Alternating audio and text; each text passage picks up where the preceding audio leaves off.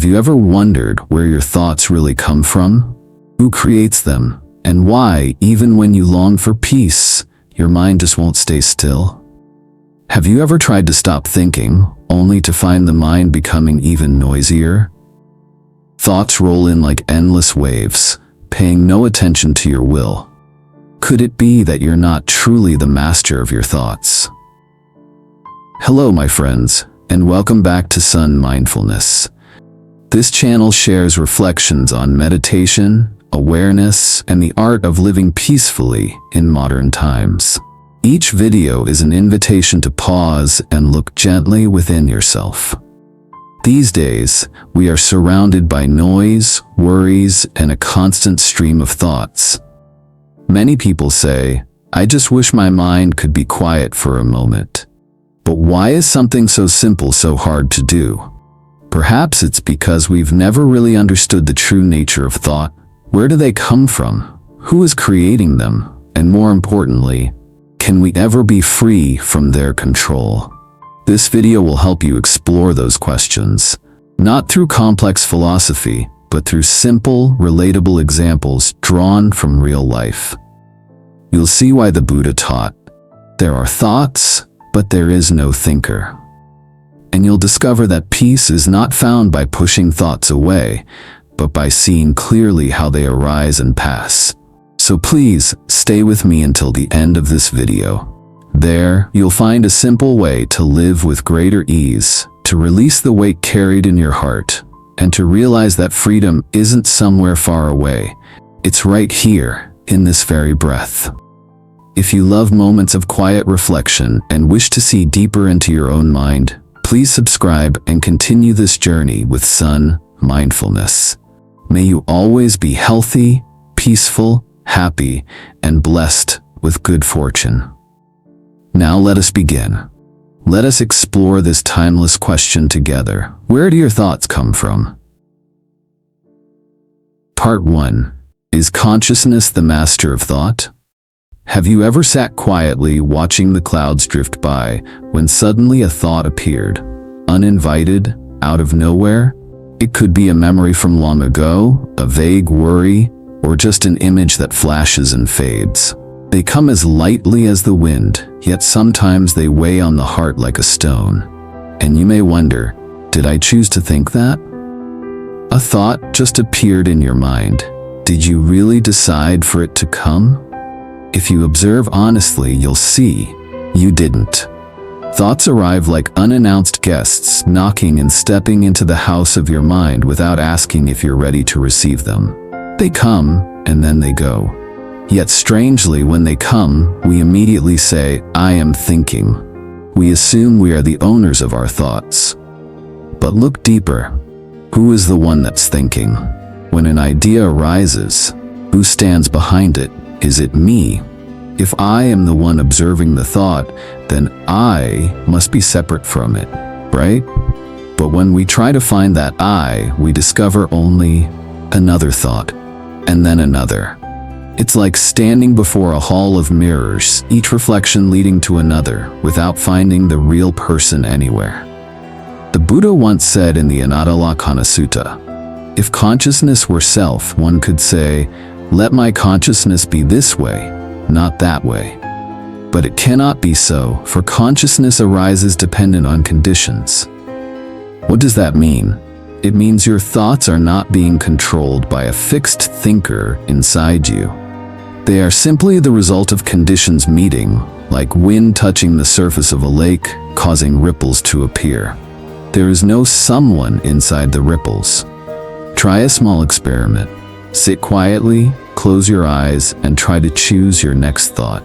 Really try. What happens? The moment you attempt it, other thoughts rush in. "I'm trying. Don't think of anything. Why is this so hard?" Those thoughts also arise on their own. You can't select your next thought, because even the intention to choose is already a thought. I remember an elderly man at the temple once asked me, "Master, if I don't control my thoughts, then who is living this life?" I smiled and said, "No one. Life itself is what's happening. It's like a river flowing. There's no owner of the river deciding its direction. The river flows because the rain falls, the earth tilts, the water gathers, and the wind moves. All the right conditions come together. In the same way, thoughts arise from countless causes: emotions, memories, sounds, the weather, a scent in the air, even a ray of light on the wall. And we, who think we're the ones doing the thinking, are just another ripple in that same stream of consciousness. Modern science is slowly catching up with what the Buddha saw more than 2,500 years ago. Neuroscientists have observed that a part of the brain becomes active milliseconds before we're aware of a decision. This means the brain initiates an action, and then I shows up afterward to take credit. I decided that. Like a singer bowing to applause while the orchestra has already finished the song. I share this not to confuse you, but to help you breathe a little easier. Because when you realize that thoughts are not yours, your heart feels lighter. When a negative thought appears, anger, fear, regret, you don't have to scold yourself. Why am I thinking this? You can simply smile and say, a thought just passed through, and then let it go. A Tibetan master once said, "Thoughts are like guests. Don't throw a banquet for them, but don't drive them out either. Let them come and go." When you see clearly that consciousness isn't the master of thought, but merely the stage upon which thoughts appear and vanish, life becomes gentler.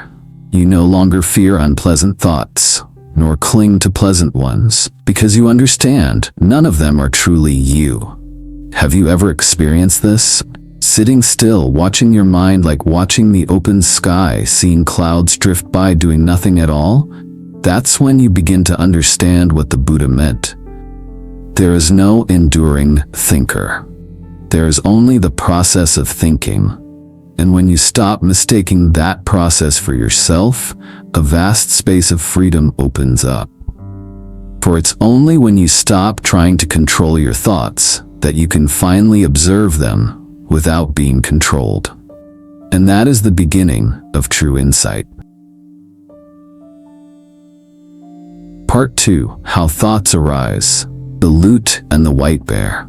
Have you ever sat still at night, listening only to the ticking of a clock, yet your mind refused to rest?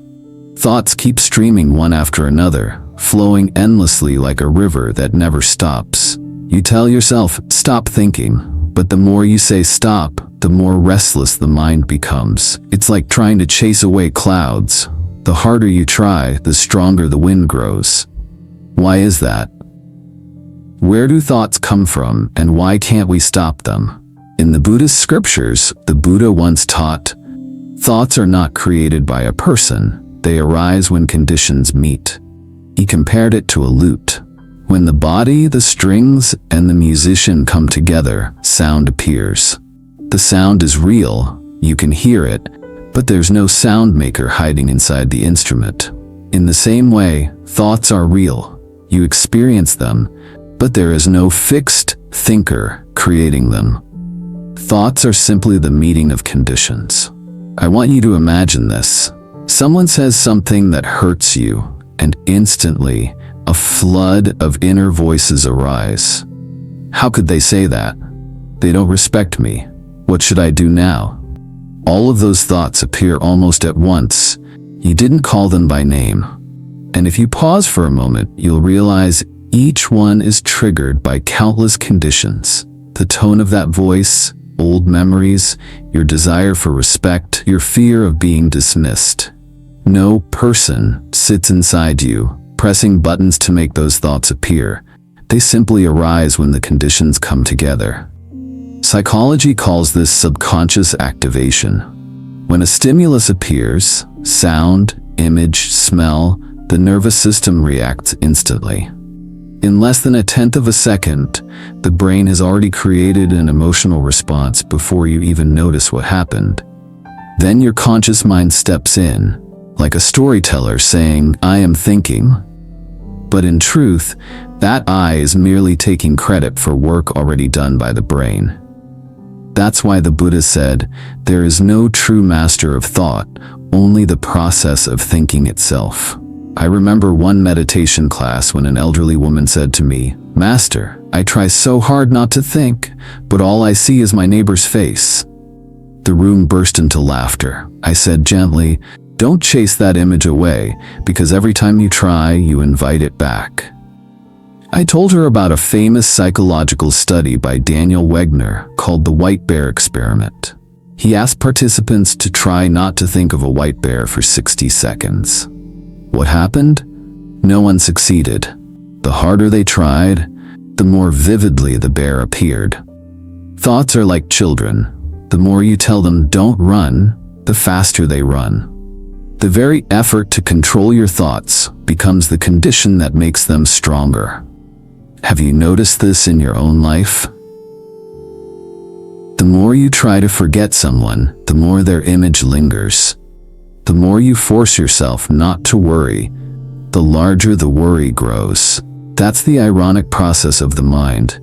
The harder it resists, the tighter it binds itself. Because the will to control is itself another thought, birthing a whole new chain of thoughts. The Buddha saw this truth more than 2,000 years ago, long before neuroscience existed. He simply said, "When this is, that is. When this arises, that arises. When this ceases, that ceases."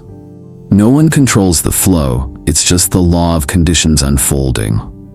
And that's why meditation doesn't teach you to suppress thoughts, it teaches you to watch them like passing clouds.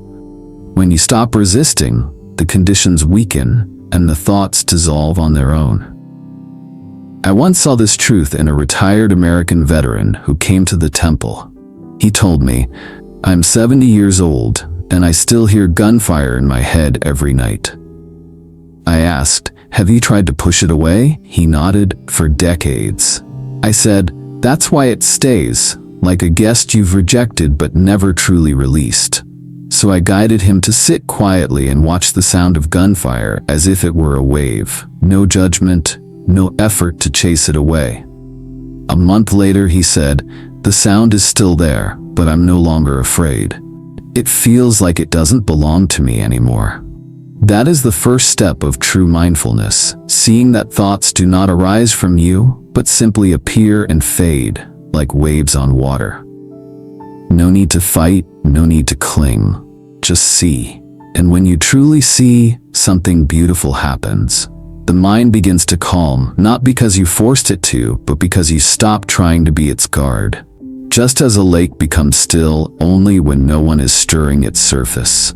You can try it right now. Sit quietly, take a gentle breath, and when a thought arises, simply whisper inside, knowing. No need to say don't, no need to say should, just know. Thought arises, no. Thought passes, no. That is how you witness the birth of thought, not from a single master, but from a web of countless conditions moving together in silence.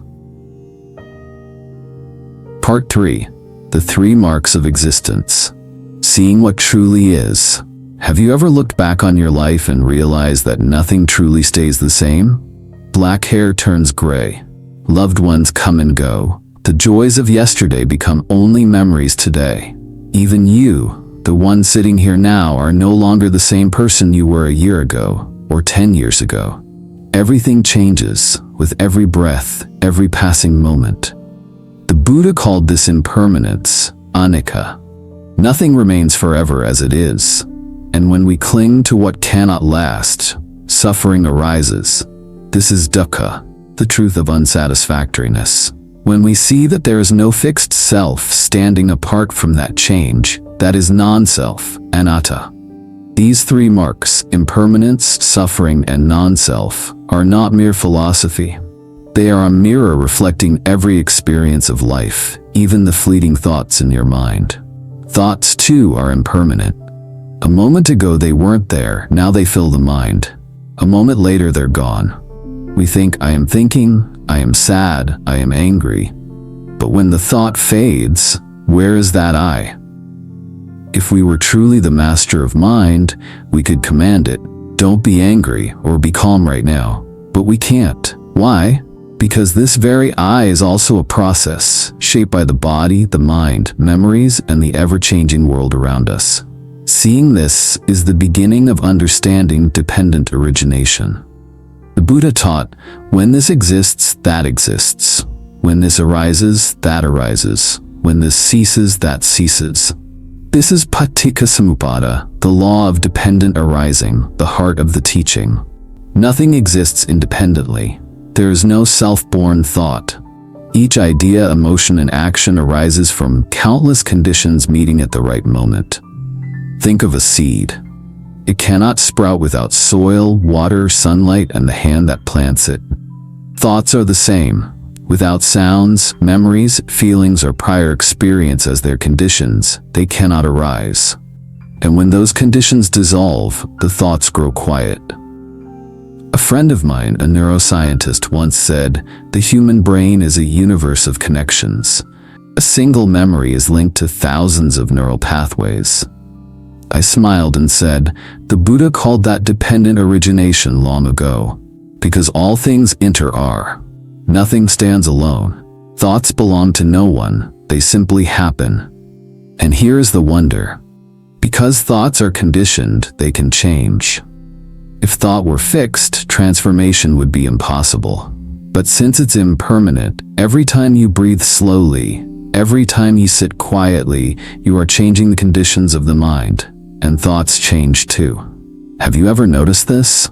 When you're angry, if you walk outside, breathe deeply, and look at the sky, the anger softens. Why? Because you've changed the conditions: air, light, sound, rhythm of breath. When conditions change, the mind changes. That is the natural law of liberation. A woman once came to me and said, "Master, I can't stop worrying." I asked, "Who are you worrying for?" She said, "For my child." I told her, "When worry arises, just see it arising. It comes, no need to push it away. Watch it as you would watch a wave." A month later, she returned and said, "I still worry, but now I know that I'm worrying, and strangely, when I see it clearly, the worry feels smaller." That is the living experience of non-self. It's not I who worry, the worry is simply present. Seeing impermanence, non-self, and dependent origination doesn't pull us away from life. It helps us live more gently, more truthfully. When we know everything changes, we learn to love without clinging, to accept without despair. When we understand that mind is only the play of conditions, we stop blaming ourselves for unwholesome thoughts, and we stop being proud of wholesome ones. We simply see, thoughts arise because conditions arise, and when the conditions cease, thoughts cease. One day, when you sit quietly and see your mind flowing like a river, needing neither to stop nor to chase, you will deeply understand what the Buddha called freedom. Not freedom from life, but freedom from the illusion that you control it. Everything will still move as it must, but your heart will rest like a calm lake. So whenever the mind wavers, remember, nothing exists alone. No one is controlling the thoughts. Only conditions come together and then fade away. And in every moment you truly see that, you are already living in genuine freedom. The freedom born from wisdom that sees impermanence, non-self, and dependent origination. Part 4. Ignorance and Freedom, the light that ends the cycle. There are nights when you sit alone and wonder, why do I still worry, still feel anger, even when I know I shouldn't? You understand impermanence, you know life changes, yet your heart still feels heavy. That heaviness is ignorance, avijja, the shadow that clouds the mind, causing us to see life wrongly. The Buddha called ignorance the fuel of the wheel of becoming, not only from life to life, but in every moment of thought. When we fail to see impermanence, we cling to what keeps changing. When we fail to see non-self, we call thoughts mine. When we fail to see suffering, we keep trying to hold on, hoping things will stay pleasant. These three forms of not seeing feed the fire of suffering, like a flame that burns only because there's still oil to consume. I remember an older woman once came to the temple and said, "I know I shouldn't get angry, but I keep getting angry." I asked her, "When you're angry, what do you see?" She said, "I only see that the other person is wrong." I smiled softly. "That's ignorance speaking, not you. Ignorance makes us believe we're right, they're wrong, that we are the center of every story. But when the light of right understanding shines, you suddenly see that person, that situation, that mind, all are just conditions unfolding. When ignorance remains, thoughts keep turning like a wheel rolling down a hill. But when right view, clear seeing arises, the wheel stops on its own. Not because you forced it, but because you finally see its nature. When you realize a rope is not a snake, you don't have to push fear away. Fear disappears by itself. Likewise, when you see that a thought is just a thought, not me, its power fades naturally. Many people mistake Buddhism for fatalism, as if everything is predetermined and we can't do anything. But that's not true. The Buddha taught, all things arise from conditions. Change the conditions and the results change. That's not fate, it's freedom. If everything were fixed, there'd be no hope. But if everything depends on causes, we can transform those causes with mindfulness, understanding, and compassion. I once had a friend, a retired sailor, who had struggled with alcoholism for many years. One day he said, "I can't stop, Master. I was born this way." I smiled. "No, you weren't programmed that way. You've simply been feeding the conditions that keep the craving alive." So I guided him to sit quietly and watch his craving as he would watch the wind. At first he trembled, but gradually he saw. The craving arose, stayed, and faded. No one was there inside it. After a few months he told me, "Master, I still drink sometimes, but now I know I'm drinking. And strangely, I'm no longer pulled by it." That is freedom. Not the absence of thoughts, but the freedom from being ruled by them. When ignorance is illuminated, you don't need to destroy your thoughts. You only need to see them clearly. Meditation isn't about sitting to make the mind blank. It's about watching the arising, lasting, and fading of every feeling, every thought, every breath. Each time you see that process clearly, you are practicing true mindfulness. You're not searching for a permanent self. You're simply seeing impermanence unfolding through body and mind. Imagine your mind as the open sky and thoughts as clouds. Ignorance makes you forget the sky and stare only at the clouds. But when right view arises, you see the clouds may be dark, white, thick, or vanish, but the sky has never been stained. Seeing that, you begin to live in the light of wisdom. A Zen master once said, "Liberation isn't about flying to heaven. It's realizing you were never bound." True freedom doesn't come from stopping all thoughts.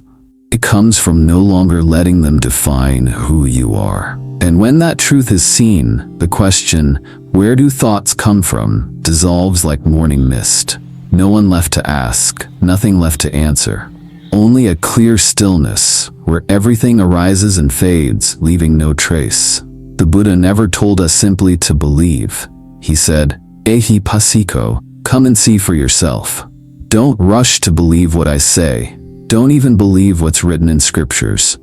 Sit quietly, breathe, and see for yourself the arising and passing of thoughts. When you see it, not as belief, but as lived experience, your mind becomes light as a cloud, bright as the open sky. And then you'll understand, freedom isn't something you achieve. It's something that has always been here, only hidden behind the veil of ignorance. Part 5. Living the Teaching. Seeing Thoughts, Finding Freedom. You know, people often imagine enlightenment as something far away, a magical moment, a flash of light, and all suffering disappears. But for the awakening begins much more simply, with the smallest moment of awareness, the moment you notice a thought arise. That's all it takes. You don't need to reach anything. You only need to see what's already happening. When a thought appears, you don't have to name it, push it away, or hold on to it. Just observe, gently, like watching ripples form on the surface of a lake. See it arise, see it linger for a while, see it fade. That's all. At first, your mind might feel like a tangled web, thinking about work, family, the past, or things yet to come. But don't be discouraged. No one masters the mind right away. Even in your very first mindful breath, seeing has already begun.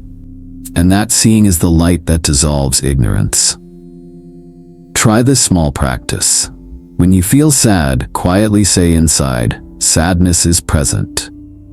Don't say, "I am sad," just "Sadness is present." Do you hear the difference? In one, you are the sadness. In the other, you are the one who sees the sadness. The moment you move from I am to I am seeing, you step outside the circle of attachment. This doesn't mean avoiding emotions. It means looking directly at them with the light of mindfulness. You're no longer drowning in the wave because you've realized you're standing on the shore, watching it. Remember, even the intention to practice, the wish to say, "I will meditate" or "I will be calm," is just another condition. When the intention arises, a new condition forms. That condition leads to a new experience. You don't have to force the mind to change. You just create the right conditions, and the mind changes naturally. It's like opening a window. You don't have to invite the wind. You just open the window, and the wind comes in on its own. A friend once told me, "I've been meditating for 6 months, and my mind is still full of thoughts." I asked, "Were you trying to make your mind quiet?" He said, "Yes." I replied, "That trying, that effort, is itself another thought. If you let go of the effort, the mind will find its own stillness." When you meditate, or simply wash dishes, drive, or walk, you can practice in that very moment. Just be aware. A thought has arisen. It is staying. It is fading. No need to interfere. Just see. That is vipassana, insight, the clear seeing that goes beyond words or ideas. You might ask, if there's no me controlling, who changes my life? The answer is simple. There is no who. There are only changing conditions. And because you are not fixed, you can transform. If you were stone, you could not soften. But because you are water, you can flow around the stones and flow gently toward peace. So whenever an uneasy thought arises, anger, sadness, regret, don't say, "I am angry" or "I am sad." Say instead, "Anger is arising. Sadness is here." Then ask, what brought this about? Was it someone's words? An old memory? A quiet fear in your heart? Simply notice the web of conditions. And as understanding shines its light, the thought loses its grip. Because when wisdom shines, darkness fades by itself. You don't need to conquer your thoughts. You just need to see them clearly. Like someone watching a play on stage. Once you know it's only a play, you no longer get lost in the drama. That is true freedom. If you wish, the video on Son.Mindfulness could close with this invitation. If your heart feels restless today, try sitting quietly for just 1 minute. When a thought comes, don't chase it, don't hold it. Just watch it arise, remain, and fade. Then you'll see, peace was never gone, it was only hidden behind the waves. That is the spirit of Ehipassiko. Come and see. Not blind belief, but seeing with your own experience. When you truly see, thoughts still come, but they no longer take you anywhere. They become soft white clouds, drifting across the vast sky of the mind, where the light of wisdom always shines, and the heart feels light as the wind. Conclusion. The gentle freedom of seeing clearly. You've walked with me through this whole journey. From the very first question, where do thoughts come from? To the quiet realization that thoughts are simply waves rising and fading. There is no one truly behind them, directing the flow. Only a process unfolding by itself. When you see this clearly, you begin to touch freedom. Freedom is not the absence of thought. It's the space where thoughts no longer bind you. Have you ever felt that? One day, as you sit quietly, anger arises. You simply notice it, you don't push it away, and you don't hold it. Then suddenly the anger fades like a thin cloud. Can you see the wonder in that? That is impermanence. That is non-self. That is dependent origination revealing itself. Not distant philosophy, but truth, right here in every breath you take. When you see ignorance dissolves, when you see the mind becomes clear, when you see the heart grows light. Just seeing, that's enough. Today, you've listened with your heart. That alone is meditation, a small, beautiful step on the path of awakening. Try the simplest practice. When a thought arises, just say, knowing. When a feeling arises, just say, present. No need to fix, no need to explain, just see clearly. Are you willing to try? Just for 1 minute, sit quietly, breathe slowly, and watch your mind open like the wide sky. You'll see peace never left you. It was only hidden behind clouds of thought. If something today touched your heart, I am deeply grateful. Thank you for being here, for listening, for walking this path with me to the very end. If this message spoke to you, share your reflections in the comments below. I would love to hear your story. What moved you most? Have you ever watched your thoughts come and go like that? Please subscribe to continue this journey of mindfulness together. Son.Mindfulness will keep bringing gentle stories about breathing, peace, and understanding. May you always be healthy. May your mind stay calm and your heart happy. May each new day bring you kindness and good fortune. Thank you for listening with your heart and for believing that in every quiet moment, you can always find your way back home. Thank you.